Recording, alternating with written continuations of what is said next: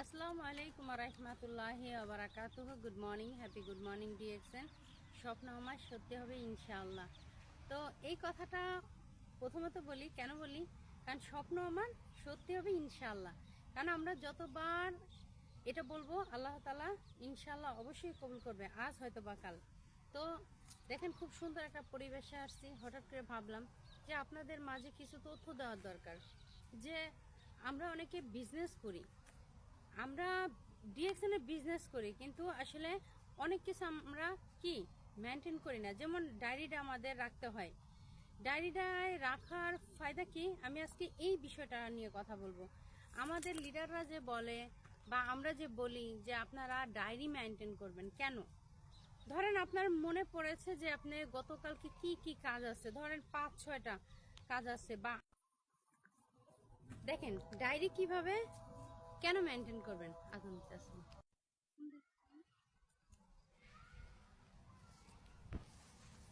আসেন, মূলত আমাদের ডায়েরিটা মেনটেন করতে হবে কি কারণে আর কিভাবে মেনটেন করলে আপনারা ভালো কিছু কি রেজাল্ট পাবেন।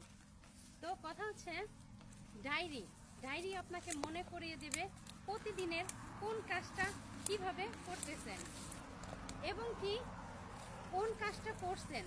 ধরেন আপনি কালকে একটা কাজ করবেন, মানে কালকে 5-6টা আপনার কোনো অর্ডার আছে, বা কারোর সাথে কথা বলতে হবে, নিউ ব্যক্তির সাথে কথা বলতে হবে, বা হ্যাঁ প্রোডাক্ট নিয়ে কথা বলতে হবে, যে কোনো বিষয়। তো আপনি যদি কি করবেন, মানে আপনি যদি আপনার ডায়েরিতে লিখে রাখেন যে আগামীকালকে কি কাজ করবেন, ওটা যদি রাইটিং করে ফেলেন, মানে লিখে ফেলেন, তাহলে কি হবে, আপনি ওই যেটা করেছেন। তো দেখেন, কেন বলি যে যদি থাকে খাতায় তাহলে থাকবে মাথায়। যদি আপনার খাতায় থাকে তাহলে কিন্তু অটোমেটিক খাতার দিকে তাকিয়ে থাকলে কিন্তু আপনার মাথার ভিতরে চলে আসবে যে অমুক লোকটার সাথে কথা বলতে হবে। তারপরে ধরেন সকালবেলা 2জনের সাথে কথা বলতে পারলেন, 3জনকে পেলেন না লাইনে, কোনো কারণে তারা বিজি আছে। তো আপনারা কি করবেন, তখন যাদের সাথে কথা বলছেন টিক চিহ্ন দিবেন, ডেট তারিখ অবশ্যই লিখতে হবে। ওকে, ডেট তারিখ অবশ্যই লিখতে হবে।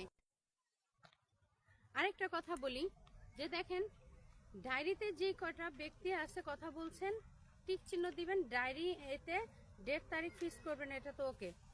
এবং কি যে ব্যক্তিগুলো আপনি একবার ফোন দিবেন, ফোন দেওয়ার পরে আপনি বারবার বিরক্ত করবেন না তাকে, অবশ্যই 15 মিনিটের জন্য অফ রাখবেন, বা একটা মেসেজ করে রাখতে পারেন যে আপনি যদি একটু ফ্রি হন, আপনার সাথে কিছু কথা আছে, একটু ফ্রি হলে আপনি কি আমাকে নক দিন বা কল করেন। তো হ্যাঁ, তো এরকম করবেন, বা তাকে এমন ভাবে কথা বলবেন যাতে সে মানে আপনার প্রতি বিরক্ত না হয়। এবং কি বারবার ফোন দিতে যাবেন না, একবার ফোন দিয়ে রেখে দিবেন। সে যদি ফ্রি হইতো বা তার যদি মন মানসিকতা ঠিক থাকতো, কথা বলার মতো মানে থাকতো, মন মানসিকতা থাকতো, তাহলে আপনার ফোনটা রিসিভ করতো। এজন্য কি করবেন, অফ করে রাখবেন। তো তারপরে কি করবেন, আস্তে করে আপনার যেই ব্যক্তিদের সাথে কথা বলবেন 15 মিনিট অফ করার পরে মেসেজ দিয়ে রেখে দেবেন, তার সময় সুযোগ হলে তারপরে আপনি আবারও কল করতে পারেন।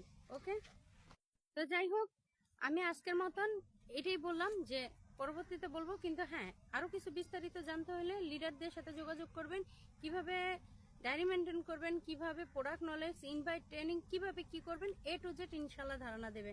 তো ইনশাল্লাহ ভালো থাকবেন, সুস্থ থাকবেন। নেক্সট টাইমে আরেকটা ভিডিও নিয়ে আপনাদের মাঝে আমি নাবিলা হাজির হব ইনশাআল্লাহ। আসসালামু আলাইকুম ওয়া রাহমাতুল্লাহি ওয়া বারাকাতুহু।